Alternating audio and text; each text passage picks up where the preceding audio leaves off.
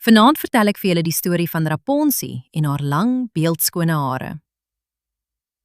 Eendag, lank gelede, was daar 'n man en 'n vrou wat baie graag 'n baba wou hê. Agter hulle huis was 'n pragtige tuin, vol blomme en groen plantjies. Maar daar was 'n hoë muur om die tuin, want die tuin het aan 'n heks behoort en almal was bang vir haar.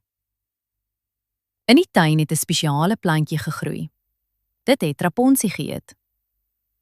Eendag staan die vrou by haar venstertjie en kyk af in die tuin. Toe sien sy die Rapunzel.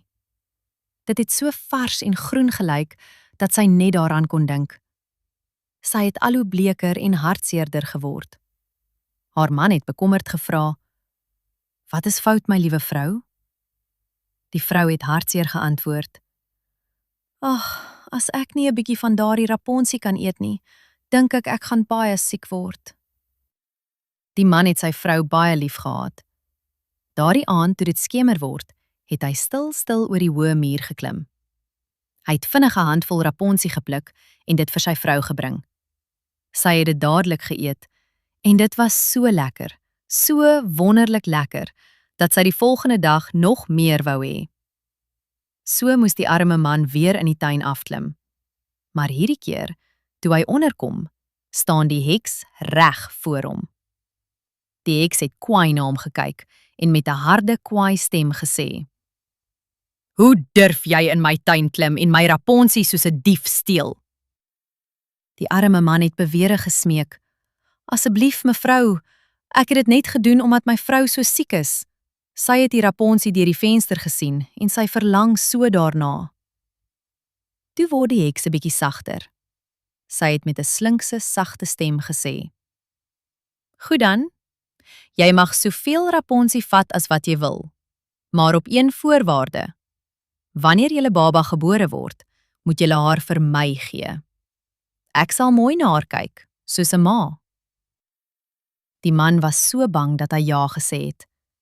En toe die baba gebore word, het die heks dadelik gekom. Sy het die dogtertjie Rapunzel genoem en haar saamgeneem.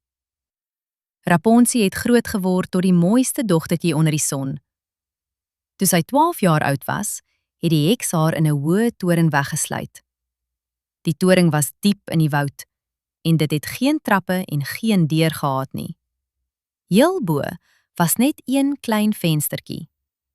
Wanneer die heks wou inkom, het sy onder die toring gaan staan en hard geroep: "Rapunzel, Rapunzel, laat sak jou lang hare." Rapunzel het die mooiste lang hare gehad, so blink soos goud, lank en sag. Wanneer sy die heks se stem hoor, het sy haar lang vlegsel om die hak by die venster gedraai, en dan het haar hare al die pad tot onder geval. So het die heks teen die hare opgeklim. Na 'n jaar of 2, ry 'n prins eendag deur die woud. Hy ry verby die toring. Toe hoor hy 'n liedjie. Dit was so mooi dat hy doodstil bly staan en luister. Dit was Rapunzel wat in haar eensaamheid gesing het. Die prins wou na haar toe opklim, maar hy kon nêrens 'n deur kry nie. Hy het huis toe gery, maar die liedjie het diep aan sy hart geraak. Elke dag het hy teruggegaan woud toe om te luister. Eendag terwyl hy agter 'n boom staan, sien hy hoe die heks kom en hy hoor hoe sy roep: "Rapunzel, Rapunzel, laat sak jou lang hare." Rapunzel het haar hare laat sak en die heks het opgeklim. Toe dink die prins saggies by homself: "So, dis so 'n mens daarbo kom. Môre probeer ek ook." Die volgende dag toe dit donker word, het die prins na die toring gegaan en met 'n diep stem geroep: "Rapunzel, Rapunzel, laat sak jou lang hare." Dadelik het die hare afgeval en die prins het opgeklim. Eers was Rapunzel baie bang, want sy het nog nooit 'n vreemde mens gesien nie. Maar die prins het mooi en vriendelik met haar gepraat. Hy het vertel hoe haar liedjie aan sy hart geraak het. Stadig het Rapunzel se vrees verdwyn. Toe die prins haar vra of sy met hom wil trou, het sy gesien hoe jonk en vriendelik hy is. Sy het saggies gedink: Hy sal seker liewer wees vir my as die ou heks. En sy het ja gesê. Rapunzel het sag en opgewonde gesê, ek sal graag saam met jou gaan, maar ek weet nie hoe om hier onder toe te kom nie. Bring elke keer 'n stukkie sterk tou saam, dan maak ek 'n leertjie. Wanneer dit klaar is, klim ek af en dan kan jy my op jou perd wegneem.